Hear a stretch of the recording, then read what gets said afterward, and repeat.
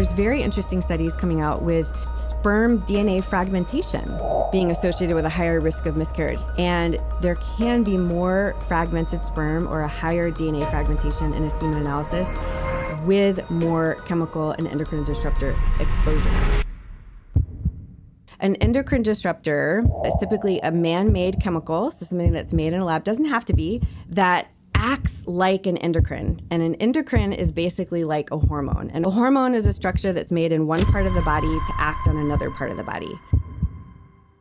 What can men do to improve the parameters that you're screening for when it comes to DNA fragmentation? Dr. Lora Shahine is transforming the conversation around fertility and reproductive health as a double board certified OBGYN and reproductive endocrinologist. Trained at Stanford University, she's the best-selling author of Not Broken, an approachable guide to miscarriage and recurrent pregnancy loss. And the voice behind the hit Baby or Bust Fertility podcast, with a social media reach of over 1 million people monthly and features in the Washington Post and the New York Times. Dr. Shahine is on a mission to educate, empower, and inspire hope for anyone navigating the path to parenthood. The most common cause of miscarriage is a chromosome imbalance or issue within the embryo. If you are able to test the pregnancy tissue 60 to 80% of the time, you will find out that's the issue.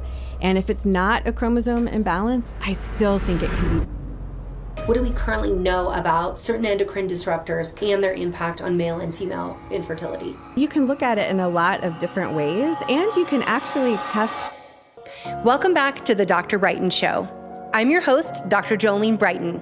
I'm board certified in naturopathic endocrinology, a nutrition scientist, a certified sex counselor, and a certified menopause specialist.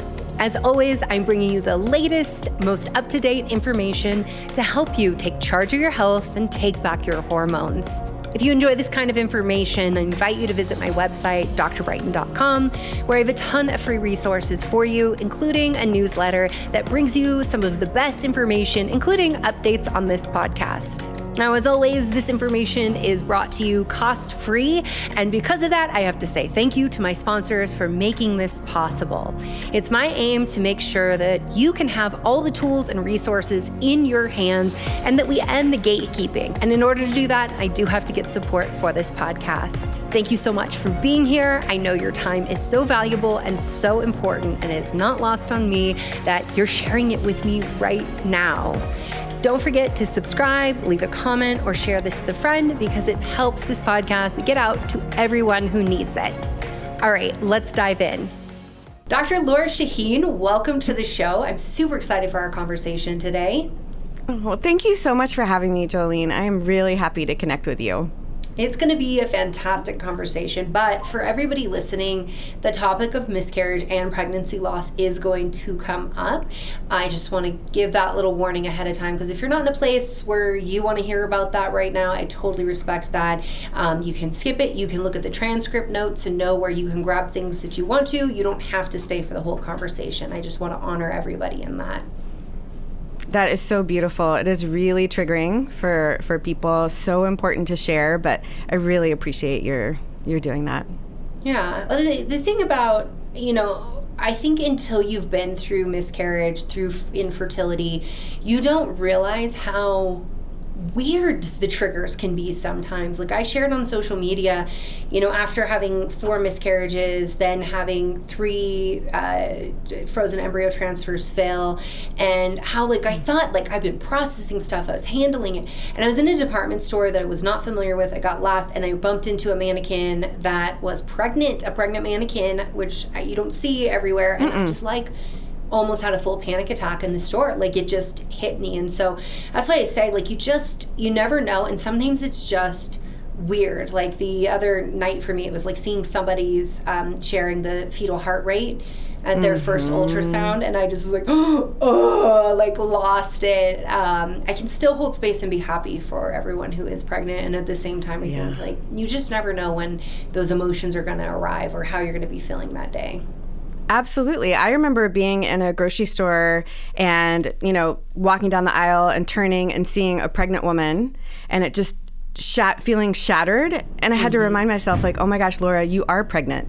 I had struggled so hard to get there, but yet I was still triggered. And I always felt pregnant people, well, it must have been easy for them. I don't know why that was the assumption. I do really try to talk to my patients about really learning how to manage stress, learning how to cope, because this isn't something that just magically goes away when you have a baby in your arms or you are finally pregnant and kind of getting close to delivery. It is, it's trauma, and it's something that kind of, you might be really busy that first year with a baby or something like that, but you really need to take care of yourself because it's something that can kind of stay with you. And you can actually, grow and learn through the process, although I wouldn't wish it on anyone. But if you do learn and grow, you can actually kind of build tools that you can use the rest of your life. I want to get into those tools today, and I definitely want to get deeper into this conversation. But where I intended to start this, I think, is a really important topic that I don't see enough women's health practitioners talking about, which is the subject of endocrine disruptors. And so I'd like to start there about, and really back this up. I think that, to preface this as we talk about fertility and infertility, what is the current state of fertility in the United States? We see a lot of information coming out showing that, men's fertility is declining, that more women are going through reproductive technology, assisted technology, to be able to get pregnant. And it has people saying, there's some people who are like, there's not a problem, don't look over here, it's fine. And then there's people who are going through it. I don't know from your perspective, but when I opened up about my own struggles with secondary infertility, I have just been gobsmacked by the number of women under the age of 30 who have approached me saying, I have infertility. And that is something that I wasn't seeing 10 years ago. Right. It is so multifactorial, Jolene. I feel that in whatever news story you read about fertility rates are dropping, or 2% of the babies born in the U.S. are now from IVF, sperm counts are down 50% over the last few decades. Honestly, whatever story you read, it's usually like a clickbait, title to pull you in, and then it's sort of like, well, there's this factor and that factor, and unfortunately a lot of the conclusions are blaming women for waiting, right? It's an age thing, it's your fault. So I try to be really conscious of that. I do think that people in general are waiting longer to conceive, but honestly over the last few decades it's only increased by 2 years, the average, and I could be wrong about the exact numbers because this is from memory, but 2 decades ago first age of first baby was around 25, and now it's 27, and that doesn't seem that dramatic, but I think when it's happening on the whole, that's an average. There's a lot of people that are waiting until their mid-30s or even close to 40 to start trying. I do think people are talking about fertility more, like you said, and that's great because awareness is really important, because there's a generation of women that were just completely knocked on their ass. Excuse me, can I say that? You can say that. We're adults. where middle school and high school health class for me, it was being afraid of getting pregnant before you were ready. And there was so much more information that wasn't left off. So then when you're ready to try and, contraception works really well, you stop it. You think it should just be really easy when it's not. We're worried. And I do think that there is something with how food is being produced, how much pesticides are being used, endocrine disruptors. It's 80,000 chemicals have been introduced to household products in the last 2 decades. And a fraction of them have actually been tested on how they might impact our health, not just fertility, but cancer risk and all these sort of things. I mean, the feeling in the United States is, I'm sure it's safe, so let's just go ahead and put it out there, and then if there's a problem, we'll figure it out later. But then also FDA has a lot of handicaps in what they can do to sort of restrict products and learn. And I feel like a wonderful example of this to try to get something concrete to you is I interviewed Shauna Swan, Dr. Shauna Swan, the PhD. Everybody should look her up. Yes, we'll link to her. Great. So author of Countdown, that her research put this whole sperm dropping by 50% over the last couple of decades on the map within the last couple of years, because what's fascinating is she wanted to prove it wrong. So she went to a medical conference, people were talking about it, and she's like, oh, I'm sure it's just the way that we're, counting sperm or the fact that we're looking at things more. She's like, I'm sure this isn't right. And so she wanted to actually prove it wrong. She found out actually this is right. And then she went on to test animal models to look at phthalates and how they impact structure and function at an embryologic level. This is in, rodents, but still. And so to find a scientist that was doubtful, wanted to prove it wrong, found out the fear was actually correct, and then also proved this cause and effect, that is something to really pay attention to, not all the clickbait noise. Yeah. I want to touch on a few things that you said here. So one, the animal models is really important. So when I was getting my master's in nutrition, because it was in molecular nutrition, I had to take classes that were part of the animal science curriculum.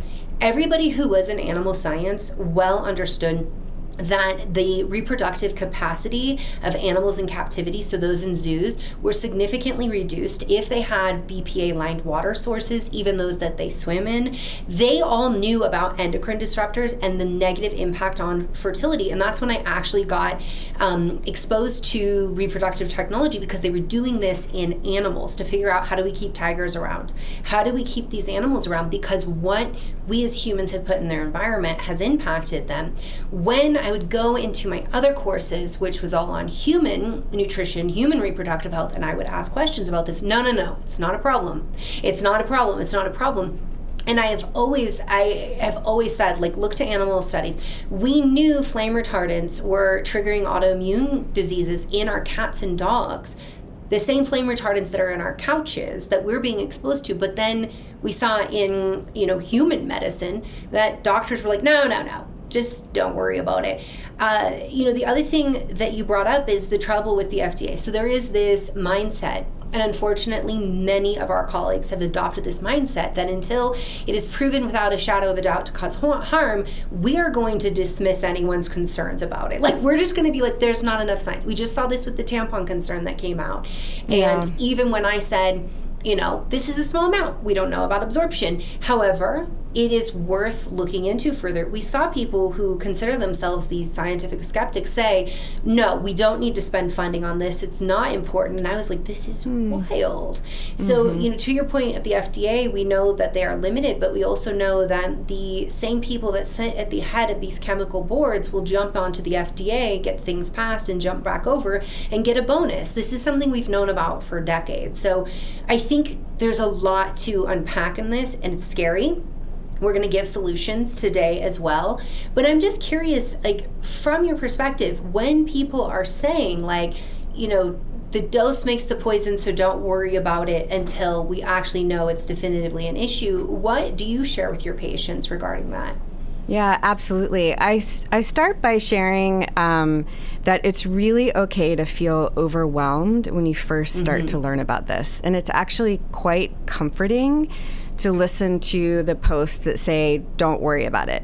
Yeah. It's sort of like climate change. Yeah. I do equate it to climate change. If you come on too strong and you really scare people, okay, maybe you'll get that clickbait, but then they just kind of shut down because it's too much. And I actually really felt that way when I started learning about this, so I can empathize with my patients. I had one lecture in my fellowship at Stanford in 2009.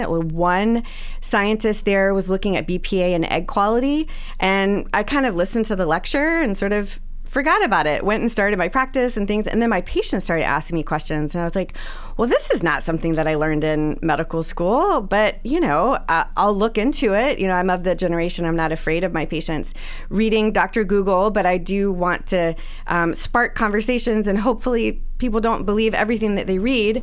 And I started going, oh my gosh, this is really real. And the best studies are truly out of Europe, where there's a lot more openness and, allows incredible databases. They have a healthcare system where they can really look into a lot of information on a broader scale. And so part of it is just feeling overwhelmed and not feeling like you can do anything you can change. You hear about microplastics and you're like, oh my gosh, this is just everywhere. And so trying to empathize with that, like, hey, this is overwhelming, but fertility is already something that you feel sort of out of control, right? Like you could control your fertility when you're not trying to get pregnant. Now you want to get pregnant and it's like, why isn't it happening? This is actually something that you could control if you just change your mindset. If you change little habits, you can dramatically decrease your exposure. You cannot eliminate it. So if you get in the mindset, like I have to cut out all chemical and endocrine disruption exposures, you're going to get overwhelmed. And I try to share some of the studies that show, if you just wash your fruits and vegetables, because a lot of people can't afford all organic and all pasture raised and things like that. If you just wash your fruits and vegetables before you eat them, you'll dramatically decrease your exposure to a lot of endocrine disruptors. That feels tangible. If you invest in a set of food containers that is based in glass as opposed to plastic, you will never have to change them. You know how the plastic kind of stuff, if you put spaghetti sauce in it, it gets all red? All that stuff is seeping into the plastic, and think about what's seeping from the plastic into the food. So anyway, I try to think about big picture, acknowledge how overwhelming it can be, and just say, hey, it's just little steps and you can make a big difference. Absolutely. I love the little steps. I'm gonna beg you for some more today, but as we talk about endocrine disruptors, like what are we talking about? Because that might be a new topic. This might be a whole new set of words for people.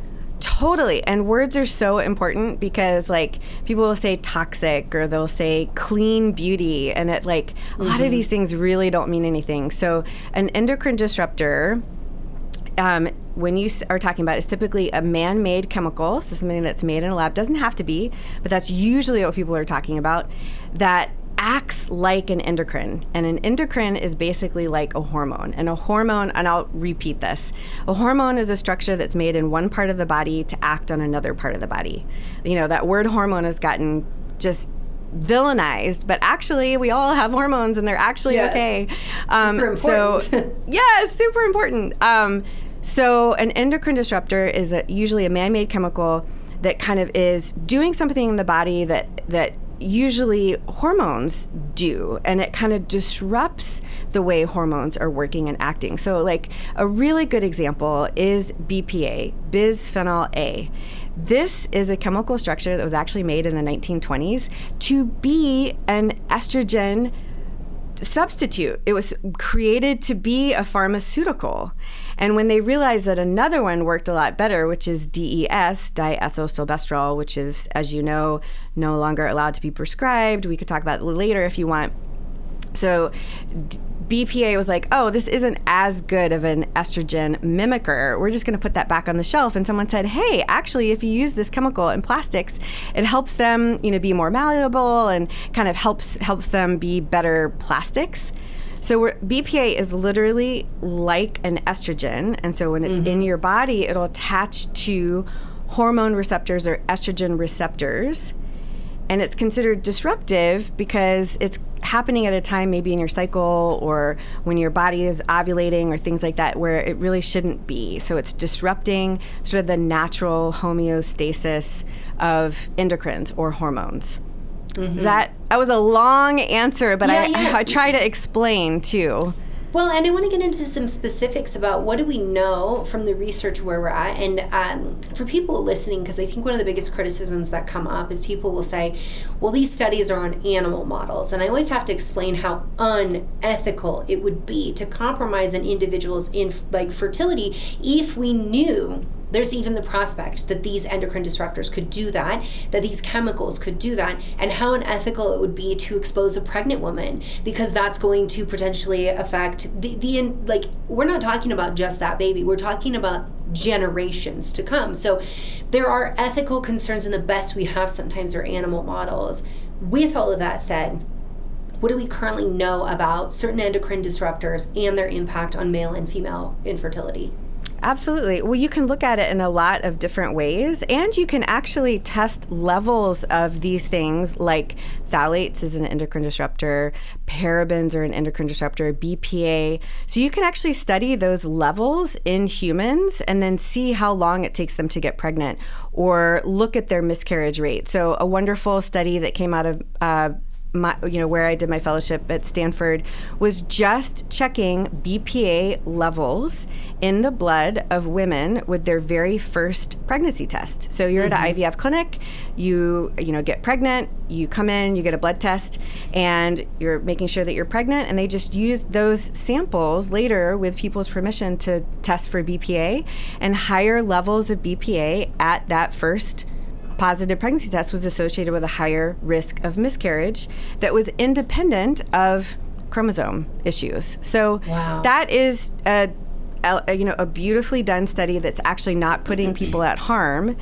but it's an association. And we see this, but in order to prove causation or to prove that certain levels have certain impacts on egg quality, egg function, chromosomal rearrangements, sperm counts, you usually have to do that type of study to prove causation in animals. And I know that's ethically challenging, but you can see relationships, you can look for hypothesis in humans, levels of phthalates in men and sperm counts. Like it's easier to test sperm. So sperm levels and motility and volume, all that stuff. And so you can see that, and then you might need to go to the lab, just like Dr. Shauna Swan did, to say, I'm seeing this relationship, and now I'm going to see if this makes sense in the lab.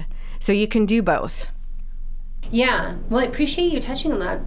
The other thing I found shocking is when I came across studies showing that flame retardants actually increase oxidative stress within the ovary. And again, these are animal studies, but showing dysfunction in the ovary's capacity to produce hormones. So that's going to have an impact on us whether or not we want to have babies. There's a big question of how does this affect our risk for Alzheimer's, dementia, osteoporosis, other chronic conditions. But I remember raising this, we need to look into this a lot more, because for people listening, oxidative stress, you may have heard of free radicals. They rip apart cells.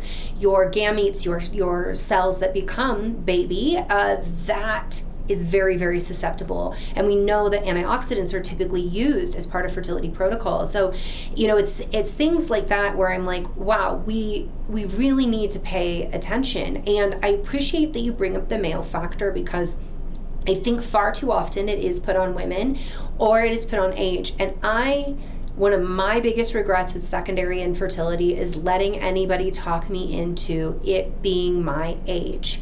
I was getting pregnant, I was having miscarriages, and being told it's just your age, you need to go through IVF. And then through my third IVF egg retrieval, going into a significant endometriosis flare, finding that and being like, wow, I want to say for people listening, I didn't have painful periods, I didn't have the hallmark symptoms that you would expect. And yet at the same time, I think we're always too quick to rush to say, she's the problem, her eggs are the problem, that's the only problem. Yeah, I mean, there's ageism in fertility evaluation and diagnosis, and it is very true that those eggs are in our body for, however many years we're around, and they're stuck in meiosis 1. They've got 2 copies of each chromosome, and it's when we ovulate, whether we're 25 or 45, that they have to go through all of their genetic work. And that's very different from sperm, because sperm is made every single day. So I do talk about age every single day in my clinic and with my patients, because it is something that I can't control. But that also doesn't mean that you don't think about lifestyle optimization or evaluate somebody or assume that they don't have endometriosis just because of age. And you also don't assume that people are fertile when they're 25 just because they're young. It is very important. It is something to consult and just really kind of go through, but it's not the only thing that we should focus on. I agree. We've touched on BPA, phthalates, parabens. Where are these things most commonly showing up in people's lives? Yeah, honestly, kind of intake. I think about food a lot.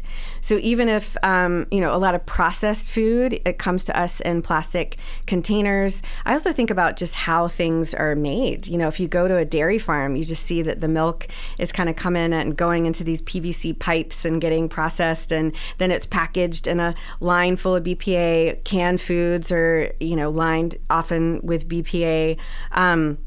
And so I do think about it in our food, and we're ingesting it.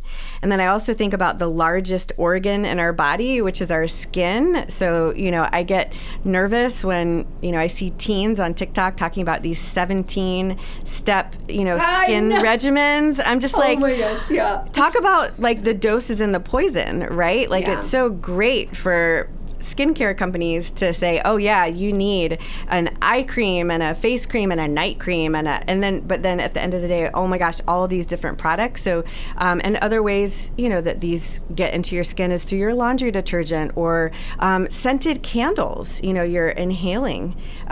Fragrance is often stabilized with phthalates. That's a really common way to get it in. So it's your skin, it's in what you're ingesting, it's in what you're smelling. So again, not to overwhelm, but it's not just one thing. We will get to solutions. I want people to know. I'm like, we will get there. So, you brought up, candles. I'm always like, that's one of the first things that I'll tell patients is like, no Glade plugins, no scented candles, like open up your windows, like get your indoor air. When we're talking about air pollution, what we're being exposed to, has there been research showing an impact on fertility? Absolutely. I just did a YouTube video on this because I'm in Seattle, and the University of Oregon, which is in Portland, just down the I-5 from me, did a really interesting study showing that with wildfires and poor air quality, they saw lower embryo formation in their lab during that time. And so that was just a really very straightforward correlation between something human, but also like a air quality or something that we're exposed to. So I loved that study, and it sort of sparked my interest in, okay, well, we shouldn't just think about this when we're having wildfires, which are, becoming too common. But anyway, we should think about our air quality in our home.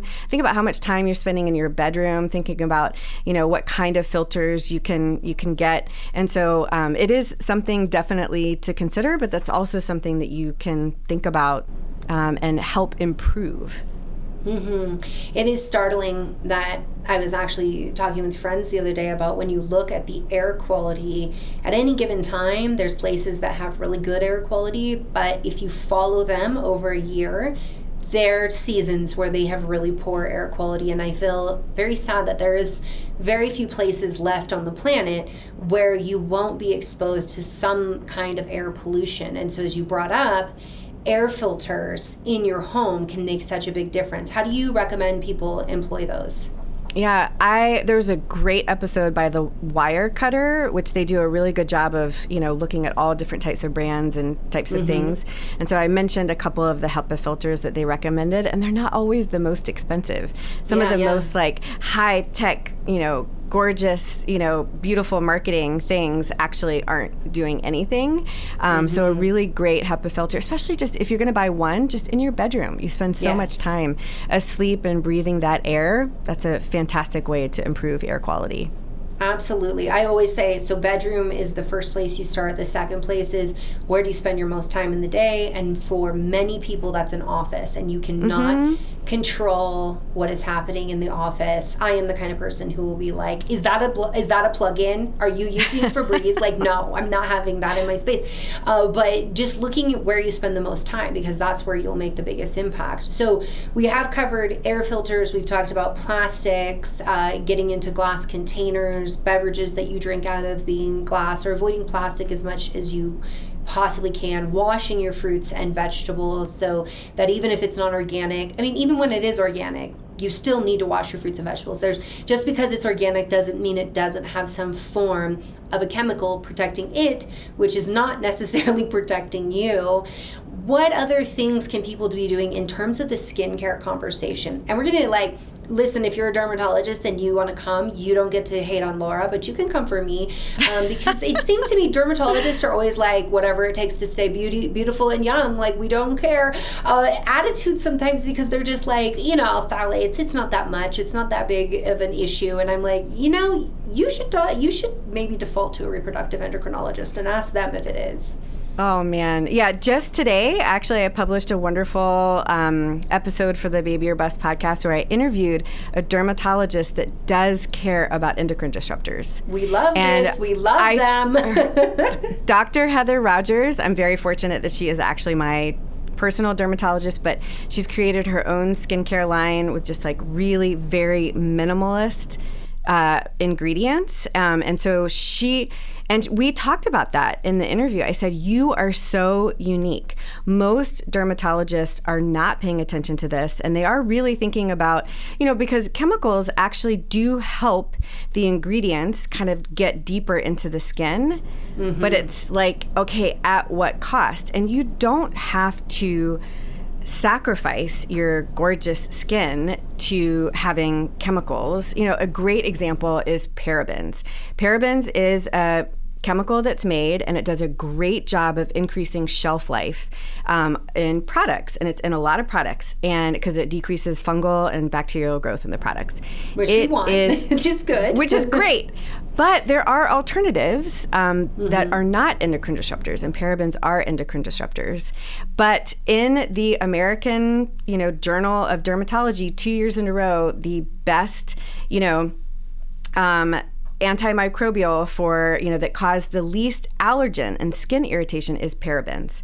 So dermatologists are thinking about function of the product that is also causing less rashes and less irritation. And that is great. That is wonderful. Can we just add a third pillar that's also hey, less endocrine disruptors when you have alternatives? And most of the time, and this field of medicine is very much all about the poison is in the dose. Yeah. Dr. Rogers and myself too, it's okay, that one individual face cream, that is totally fine, maybe. But if you have a 11, 15, 17 step skin regimen, who's tracking the buildup? And some of these things have PFAS. PFAS is a forever chemical. It's something that we haven't mentioned yet, but that makes mascara do a great job. Great job. You look gorgeous. But you're adding that plus all these other things. You do need to pay attention. So I'm really glad you brought that up. And there's a lot of wonderful, incredible dermatologists out there. I think they could also, share a little bit about this too. That would do a lot of good. A lot slower to change because they're not seeing the direct effects. They don't hold the hand of the couple who's crying because of that recurrent loss, the inability to conceive. So I think that having that arm length distance has made it to where it's not on their radar as much as it should be. I think it's coming. I just think it's going to be a couple decades out before we see a real shift in that profession.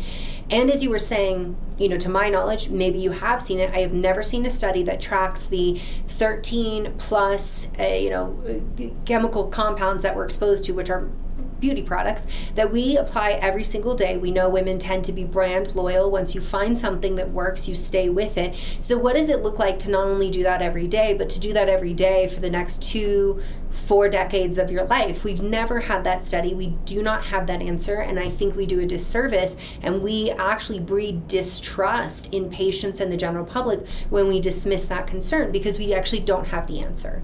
Yeah, we don't have long-term data. That's absolutely true. And that can comfort people, but it should also make people pause.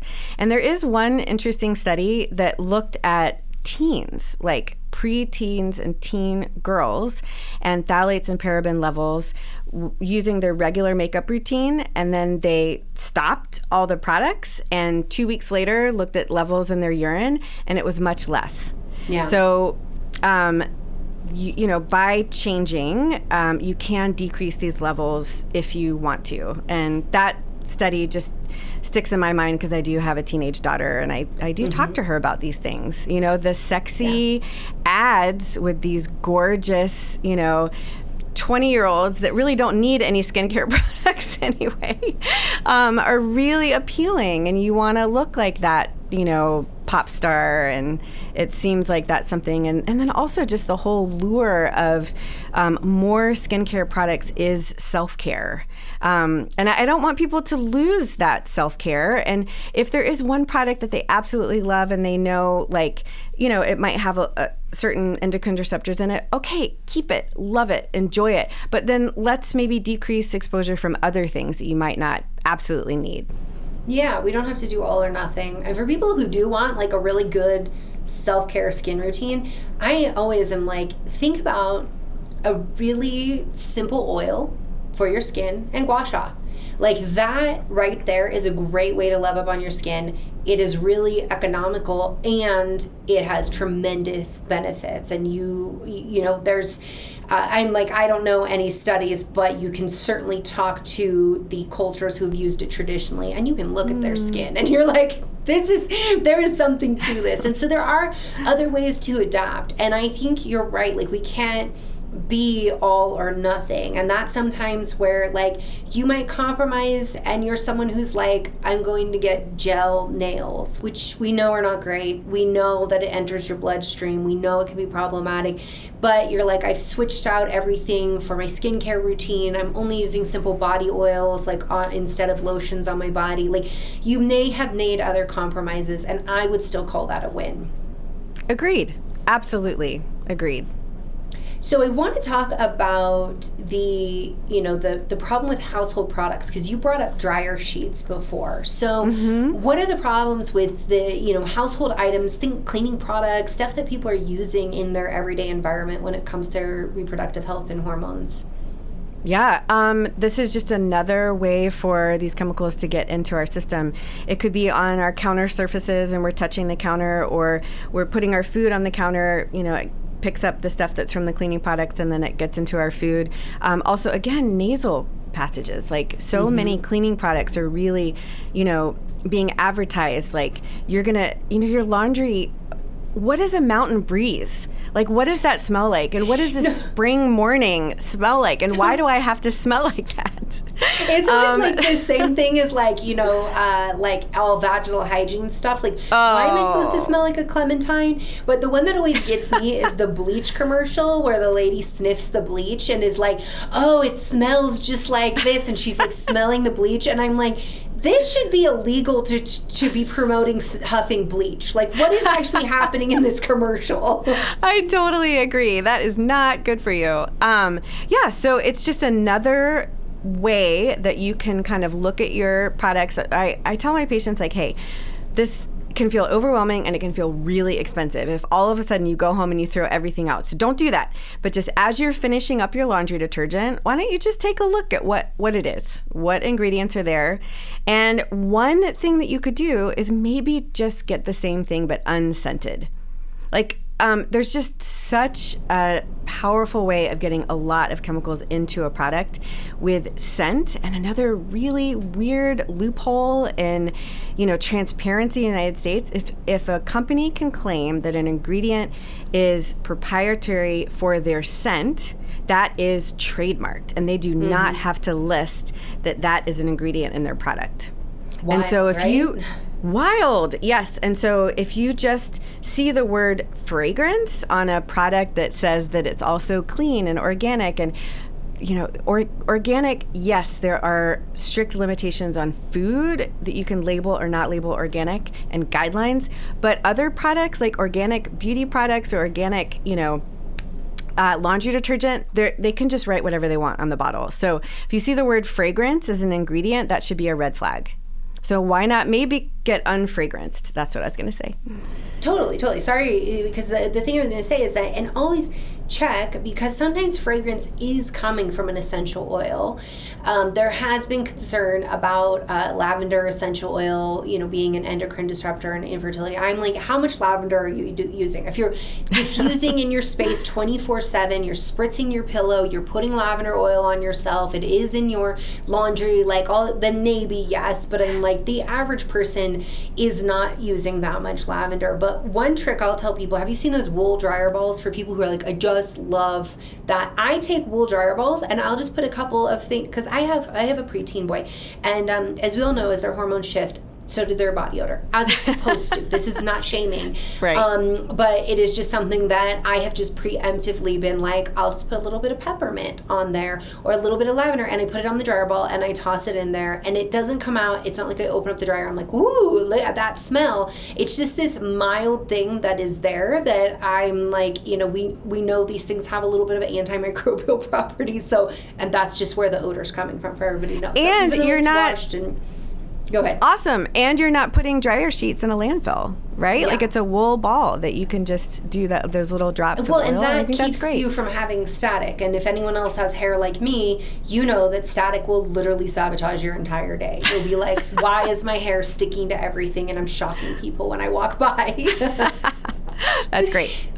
So I want to talk about, you know, we've talked about, you know, in the home, we've talked about eating. What about environmental exposure that's happening in our jobs? So occupational exposure and how that is impacting people's fertility. Yeah. I think awareness is just really important. So if I do have patients that are, you know, painters, working in the Boeing factory, you know, because I'm in Seattle, things like that. I ask about, hey, what kind of, you know, protection are you using at work? You know, what kind of chemicals are you exposed to?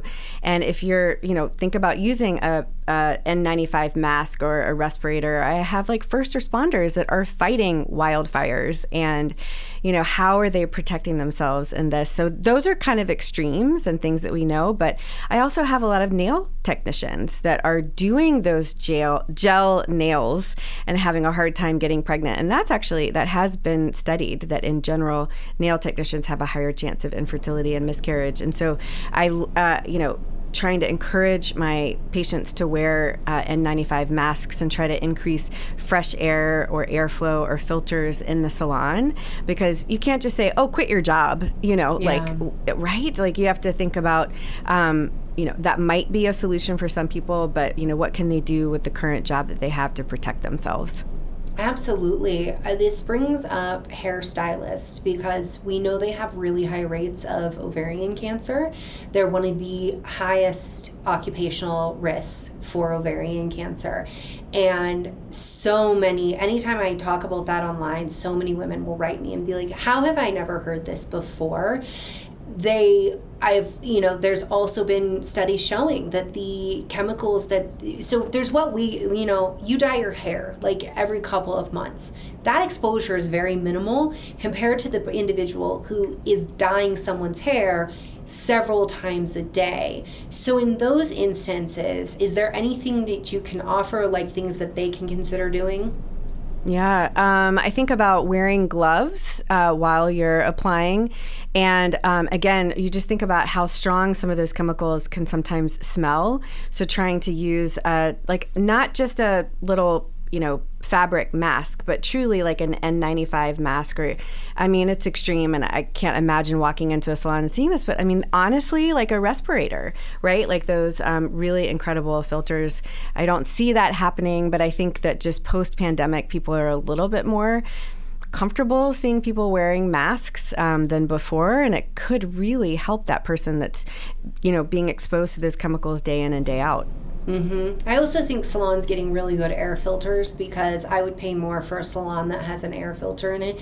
Like, I won't go to get my hair cut if somewhere has acrylic nails, because I am so sensitive to smells. And like, a few times I've been like, you're being a baby, like, stop being extra. And then I leave with the worst headache, and I'm like, no, like, It is not, I have a headache. Like, no, I don't need to go to a salon that's doing acrylic nails. Yeah, that's great that you've figured that out and you can protect yourself. Yeah. You've brought up microplastics. What are microplastics and how are they impacting fertility? Oh my gosh. Well, they're just everywhere. I mean, they're in sea salt that you're putting on your food. I mean, it's just basically so much of the chemicals that are from plastics are just throughout our water source, our food, sitting in our oceans, and it's just, you can't escape them. And people are starting to realize like just how prevalent it is. Again, this is another source of overwhelm, and it's just the point that, okay, so if you know that that is kind of in your environment, no matter what you do, then why not get the big sources of plastic in your own kitchen, kind of decrease that exposure. That's what you can control. And have we seen microplastics being associated with fertility issues? Yeah, and we also know that it gets into breast milk. It can, they can test the placenta for it. Like, we're exposed and we're so vulnerable, as we're developing and, as a fetus, these exposures are absolutely coming just as early as possible. And I'm not aware of just the general term microplastics being examined in a scientific study, but all the things that are in these plastics, like BPA, that'll be studied in a scientific study, or phthalates will be studied. And I think microplastics is more of a little bit of a layman's term to try to explain, like, hey, that this stuff is everywhere, because you can think to yourself, oh, I don't have any more plastic water bottles in my house, therefore I'm fine. It's like, well, no, we gotta still keep thinking about this. And I think, as you say this, we need to go upstream and we need to think about how, when we're told, like, don't worry about your single-use plastic, you'll be able to excrete that, but that single-use plastic is going out into the environment. I think about the same thing when people say, like, there's no health benefits to buying organic, like, don't worry about it, what you're exposed to is so little. And I think about, well, if I had the means to buy organic, I should, because the people who are farming that food are experiencing significantly higher cancer and infertility rates. So we have to go outside ourselves, outside of the individual, and we have to keep going upstream. If we have a microplastic issue, it's because we have a single-use plastic issue, and it's not just this concern about you as the individual, but the planet overall. And so looking at the high level of things, because the reality is that when we often talk about, do this for the planet, like, the planet's not going to be okay, this planet is going to be fine. We have to get sober up about this. This planet is going to live on past us. It's us who is not going to be fine. It is our species that is under threat, for all intents and purposes right now, by the dismissal of the concerns about these environmental toxins and by the mass consumption of things that we have all participated in. I am not finger wagging at anybody, but I think when we come to realize that when you do make the change at the individual level, you make a change at the community level and at the global level, and you do have that much power, even if it is just as simple as, today it's the dryer sheets. Like, you're making a huge impact. Mm-hmm. Well, I think the only way things are going to change is if customers change their buying patterns. Always. Because that is the way companies listen. An excellent example of this is Johnson & Johnson with the talc in their famous and brand associated baby powder. So the association between talc and ovarian cancer was linked for decades. People could show the association, and Johnson & Johnson kept fighting back with the FDA, doubting the studies, doubting the levels, et cetera, because it's really, the talc is mined next to asbestos. They often grow together. So it's really the asbestos that was associated with the ovarian cancer. But it was only when people started stopping buying the baby powder because they started believing the scientists and the people that were suing Johnson & Johnson that they finally changed, and they changed from talc to cornstarch. And that's an incredible story, and it's just really, that story highlights, not believing women. It highlights marketing towards people of color. It's incredible what Johnson & Johnson did. This, as soon as they realized that, people might not be buying it, then they really tried to market it and change the culture of people of color in the United States to buy it.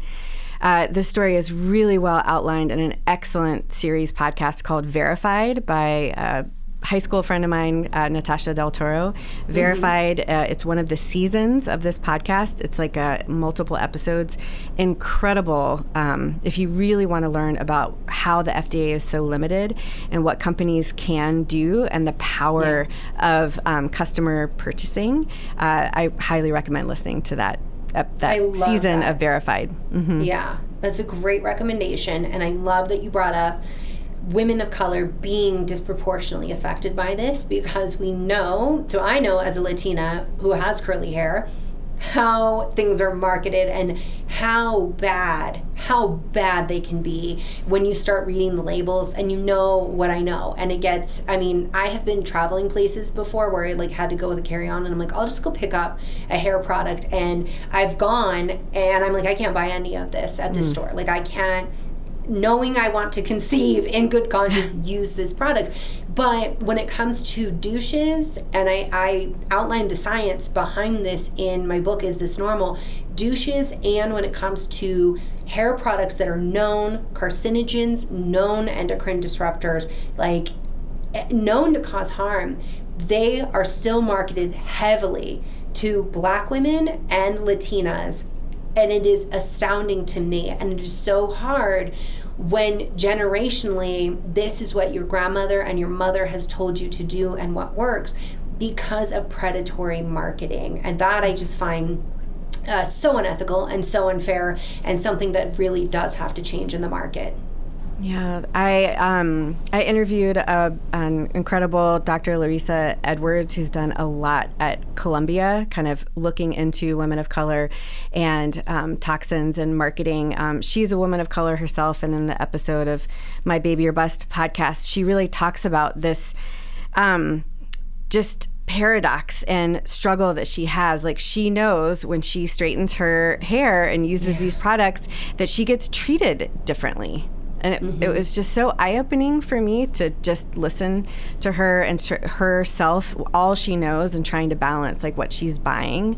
I really learned a lot from just talking to people. And it's so important because it's not as simple as just let your hair go natural.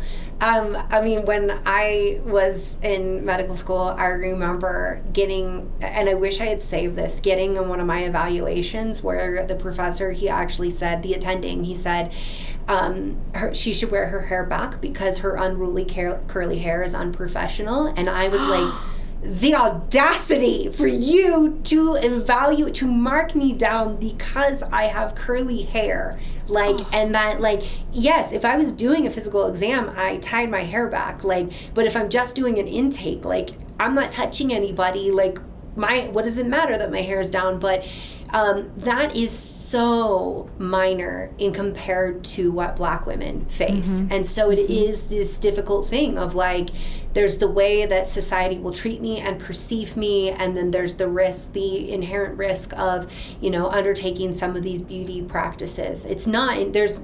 We're not at a point where we've got an easy answer. So I just want to acknowledge that for anyone who's listening. I'm not going to pretend that I have, like, just do this thing. Like, it's so easy. It's not that simple. Yeah. Well, and the worry, too, is that we're coming from a place of privilege, and we're saying, like, oh, buy all organic, or buy these, you know, clean, and air quotes, products that are often not actually safer and just marketed heavily as clean because there's no, you know, restrictions on how to use that term on a label. And so there's greenwashing, you know, like the companies are like, oh, if I can label it this way, then I can charge more for it. And so one of the ways both Dr. Edwards and Dr. Rogers talk about is using less products. Actually, you know, and maybe you'll save actually overall by using less products, and maybe they can be higher quality, but just being very deliberate. You know, Dr. Rogers talks about you really don't need a separate eye cream. Like, that is absolutely marketing. And so just use that same moisturizer, but just maybe a little bit more around your eyes, you know, and you know, Dr. Edwards sort of said the same thing. You just don't need a lot of different products. And so not coming at it as like, oh, you have to buy more expensive stuff, but maybe using less, you could save overall. Absolutely. Yeah. I love that. Do you think there's valid concerns surrounding environmental toxins and miscarriage? Oh, yes. So I talked about that, study from Stanford showing higher levels of BPA in the blood of women with their first pregnancy test being associated with an increased risk of miscarriage. And it is something that needs to be studied wider, of course. We need more funding, we need more research. But, for example, there's very interesting studies coming out with sperm DNA fragmentation being associated with a higher risk of miscarriage. Let's talk about men for a second, right? Yeah, that's half of the genetic equation.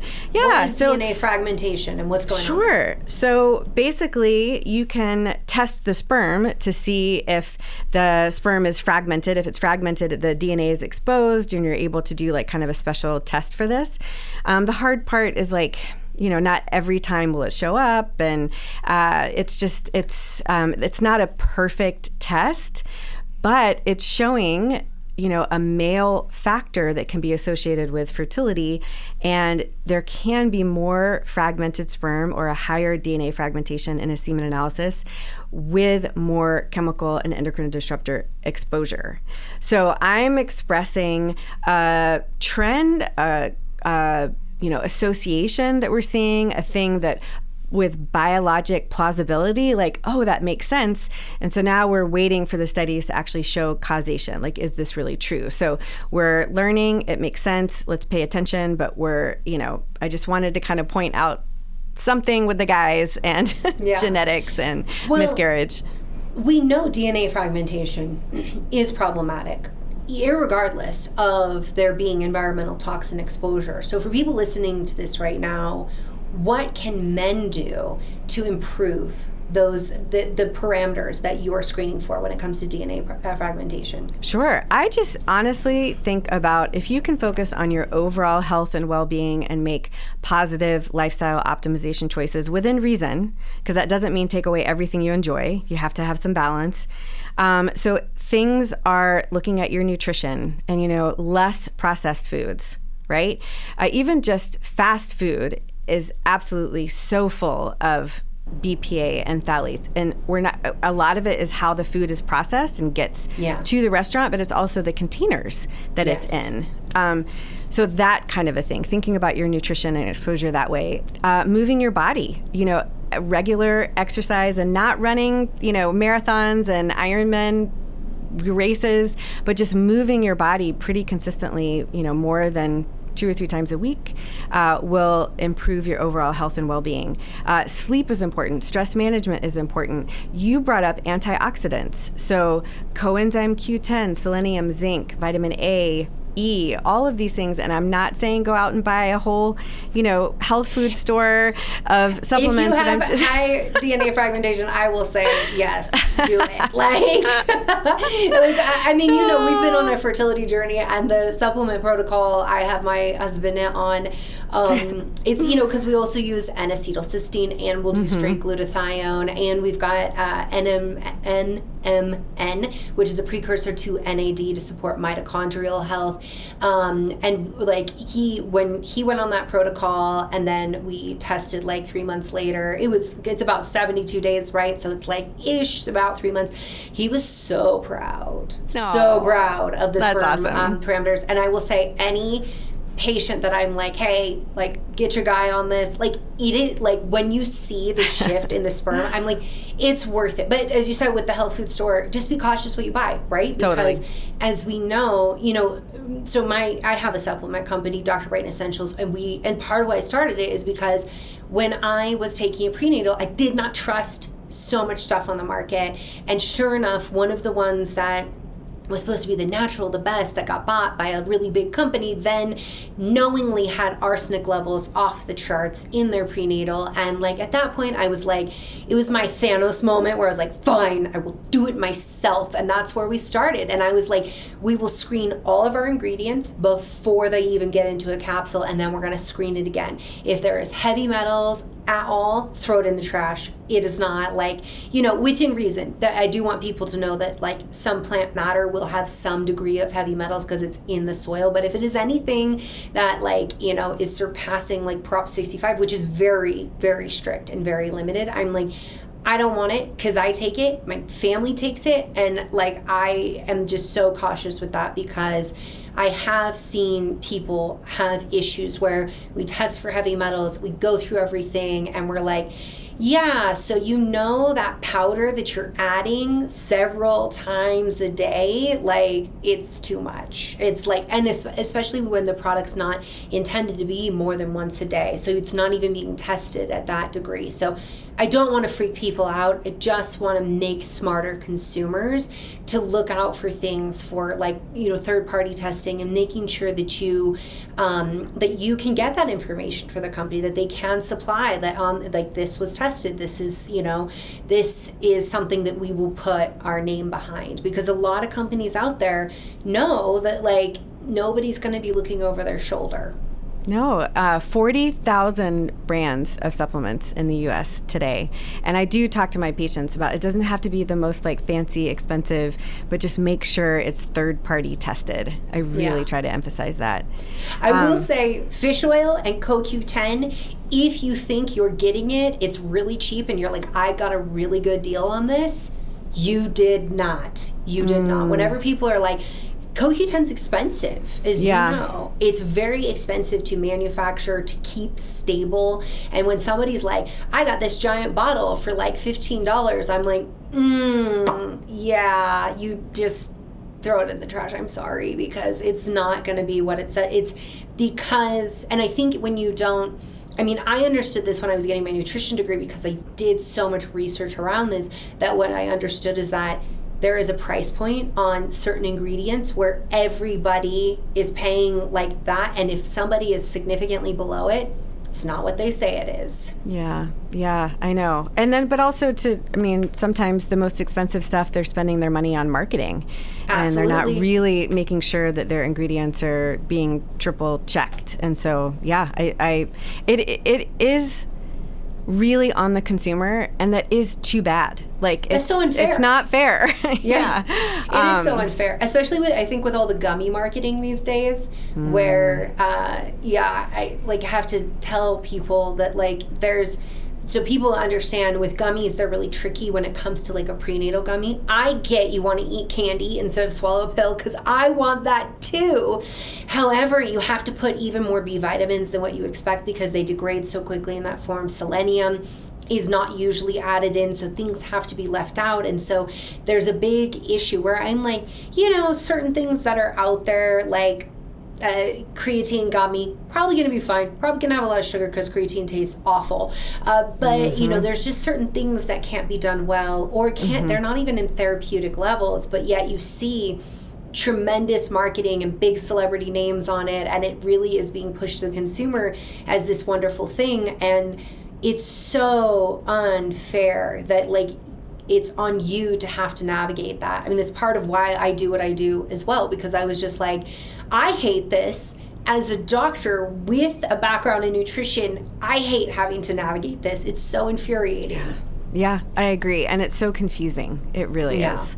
Yeah, I hear you. So I want to leave this tangent because I'm being conscious of time, and I want to talk about, with miscarriages, so often women will think it's my fault. What did I do wrong? I think if I could sum up infertility, it is every single day wondering what more you could do and what more you did wrong than it was the previous day. I don't want people to walk away from this and say, I drank out a plastic water bottle, that is why I had a miscarriage. What do we know right now are primary causes of miscarriage? Because they're not totally in your control. Yeah, absolutely. And I say this every single day. If I diagnose a miscarriage, the first thing I say is, this is not your fault. You did nothing wrong. The most common cause of miscarriage is a chromosome imbalance or issue within the embryo. If you are able to test the pregnancy tissue 60 to 80% of the time, you will find out that's the issue. And if it's not a chromosome imbalance, I still think it can be genetic within the embryo. And so incredible studies going on at an NIH level looking at chromosomally normal, euploid chromosomes are totally balanced, finding single gene mutations that are leading to miscarriage. So just because you got that report and the person called and said, oh, the pregnancy genetics were normal, that doesn't mean it's your fault either. So still, I really think the vast majority are an embryo issue. Human reproduction is extremely inefficient, and it is more common to have a miscarriage than people realize. People always hear 1 in 4. I'd like to clarify. People say 1 in 4 women. No, it's 1 in 4 clinically recognized pregnancies. So it's probably more like almost all women, and if you include biochemical miscarriages, which is just a positive, not just, that diminishes it. I did not mean to say that. But a positive pregnancy test that is a later, your period comes a couple of days later, that's still a loss, So I know I'm kind of getting, you can see I get excited too. The name of my book on miscarriage is Not Broken, because I'm tired of women feeling broken and thinking it is their fault. So I really think a lot of it is an embryo issue. And I get to practice for 20 years and see people that do have 6 miscarriages and then 10 miscarriages and then finally have a baby. What changed? Not the person that got pregnant, it's, the embryo. But things that you want to look for are anatomic issues, right? So if you have fibroids in the uterine cavity or they're really, really big, not all fibroids cause miscarriages. That is not what I'm trying to say, but certain ones can. A uterine septum, a fibrous band of tissue you're born with in the uterine cavity.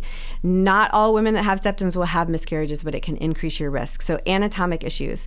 I think about hormonal issues, like really untreated hypothyroidism, high prolactin levels, untreated diabetes, certain hormonal conditions.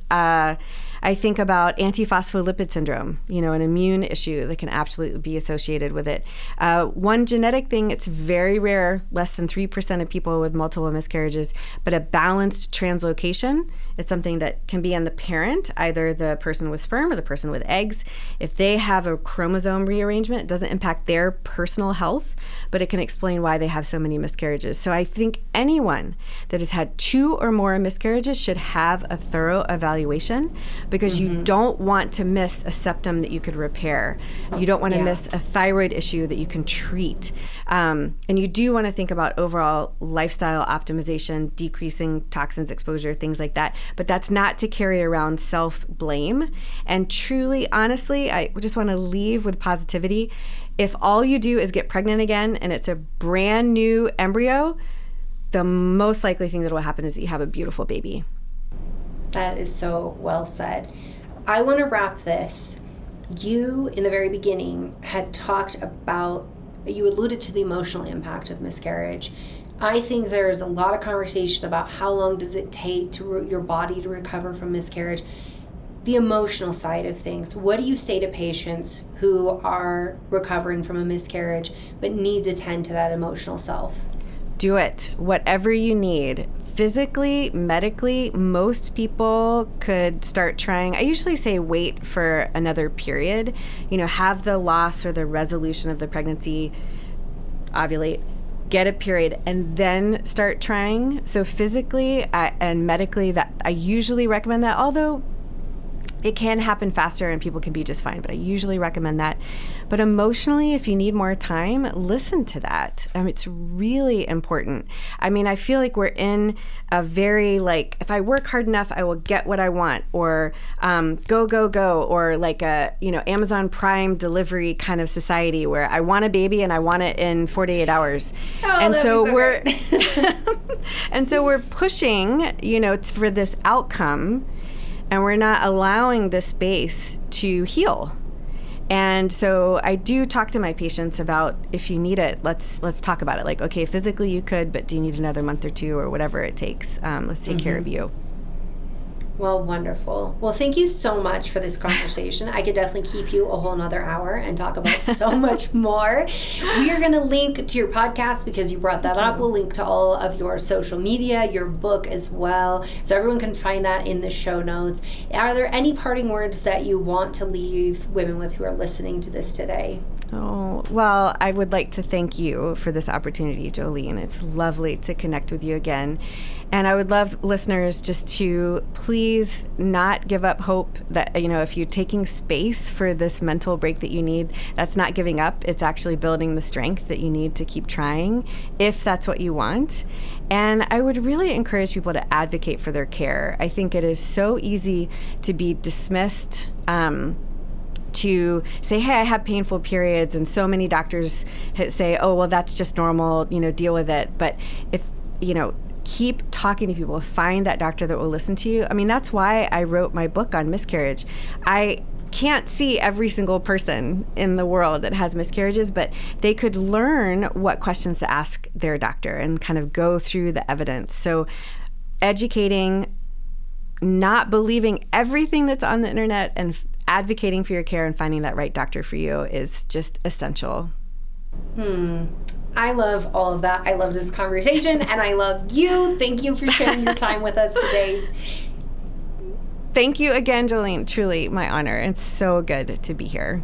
I hope you enjoyed this episode. If this is the kind of content you're into, then I highly recommend checking out this.